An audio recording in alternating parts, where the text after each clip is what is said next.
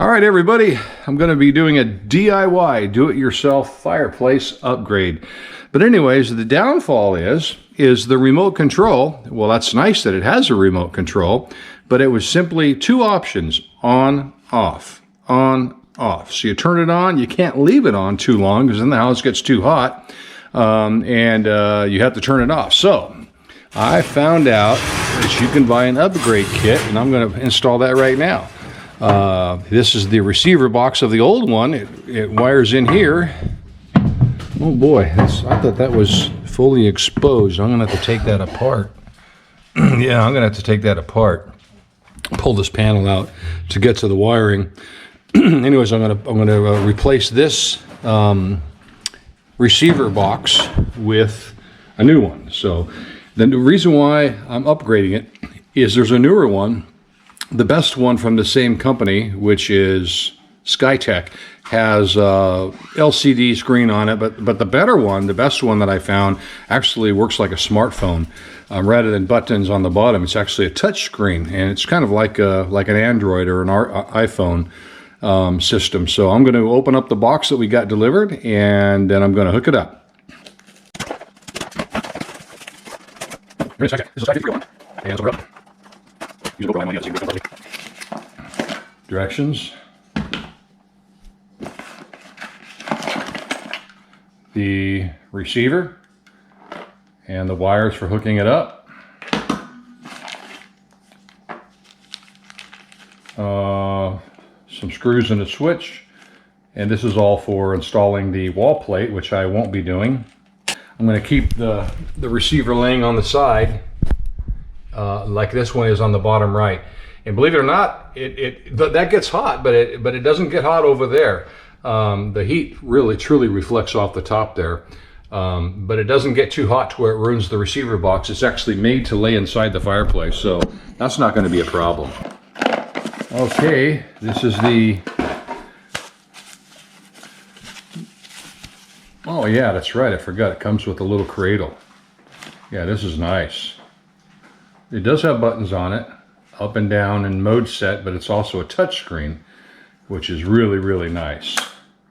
So this is actually a very nice, this has got some beef to it. I like that. That would be harder to drop than a cell phone, probably. I'll put the batteries on that and boot that baby up. With this, I can actually set the temperature. It will tell me the temperature inside the home.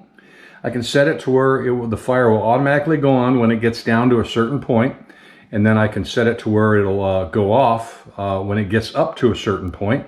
And then it also has up to a 9-hour, I believe it was, minus countdown. So I can, program this thing to where it's not working on a thermostat, but I can just tell it to go off in 1 hour or 2 hours, up to 9 hours, I believe, and it will go off. So that's really much better than an on and off option only.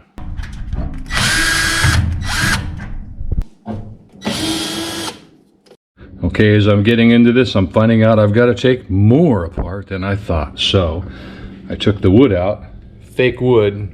You didn't see that dog turd over there. That's a landmine on the top of the diaper. I heard those people in California wearing face diapers again, by the way. Anyway, so here's the logs. And now we're getting into the brains and guts of this device. That's unscrewed. The screws are out of this. There we go. There we go. Look at this. Watch this, guys. Okay, which plug is that on? Let me light it up. There's different terminals. So I'm going to pull that wire. It's like a bomb. Let's see, which wires do I pull? This thing's going to explode. If I pull the wrong one, the whole house is going to blow up. Hey, should I pull the bottom one or top one first? Huh? She's doing the Mission Impossible sound effects in the back. Okay, I'm going to go ahead and pull the first. Here it goes. Nothing happened. And now the bottom. Okay. We're still here, folks. Nothing has happened. Pull this out.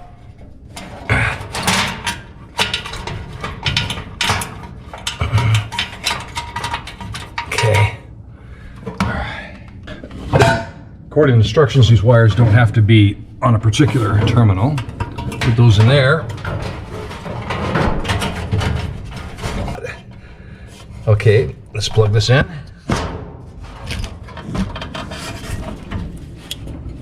There's one.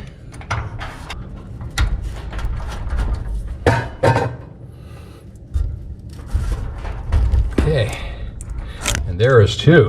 By the way, this comes with the batteries for the transceiver, transmitter, and the receiver.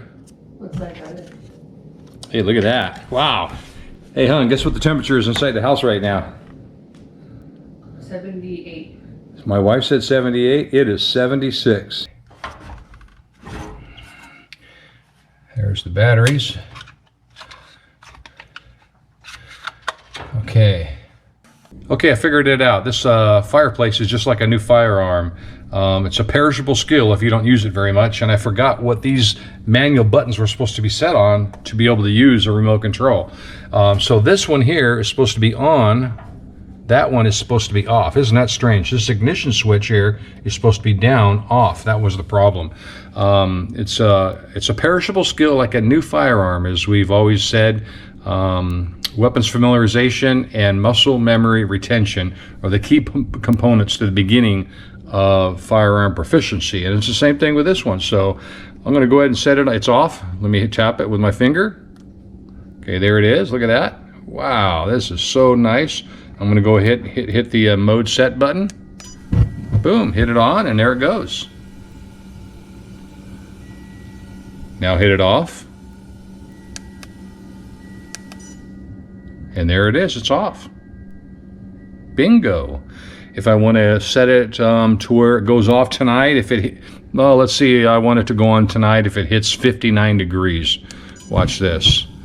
Go on to thermostat, turn the temperature down. It already turned the fire off just now automatically because it's too hot. It's 83 degrees and it's set for the 50s. So let's say right now 59. All right, so there. Tonight, if it gets down to 59 degrees, it will automatically turn on and warm the house up. Isn't that cool? All right, there it is. Everything's put back together. The plate, the rocks, the grate, everything is done. It's all set. There's the little black box, and the remote control is over there by our recliners, and we're done. So we're all set for this beautiful cold winter the Lord's going to bring us. Signing off, folks. Have a great time. And by the way, don't forget to click on my good news link on my website. And if you want to know the good news, click onto that and then respond in repentance and faith in the finished work of what Christ accomplished on his cross. See you later. Goodbye.